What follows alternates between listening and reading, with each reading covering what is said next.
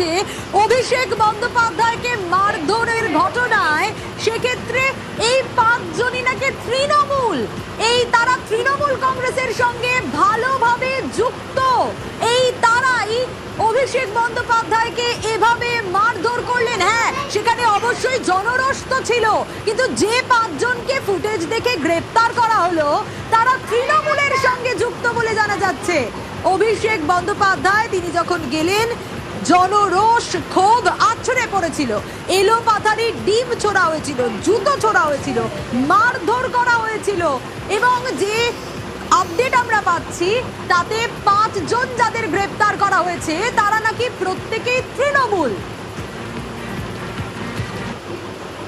আকাশকে চিনি আমি ব্যক্তিগতভাবে। কোন পার্টি করে? এ তৃণমূল করে। কালকে এই মারলো, কারণ এখন যা ঘটনা করবে সব তৃণমূলেরই ঘটনা করবে, বিজেপির নামে দোষ দিয়ে দেবে। পুরো তৃণমূল করে? হ্যাঁ, তৃণমূল। অভিষেক বন্দ্যোপাধ্যায় মেরে দিল। হ্যাঁ। কে আকাশ গায়েন? কে এই ছেলেটা? হ্যাঁ, টিএমসির লোক। এই কালো কালারের গেঞ্জি পরে? কালো কালারের গেঞ্জি পরে যেটা আছে, উনি টিএমসির লোক। এরাই আকাশ গাইনের মারধর করেছে, দিয়ে বিজেপির নামে দোষ চাপিয়ে যায়। কবে থেকে তৃণমূল? ও অনেক দিন থেকে, তৃণমূল জন্ম থেকে তখন থেকে ওরা মানে টিএমসি করে।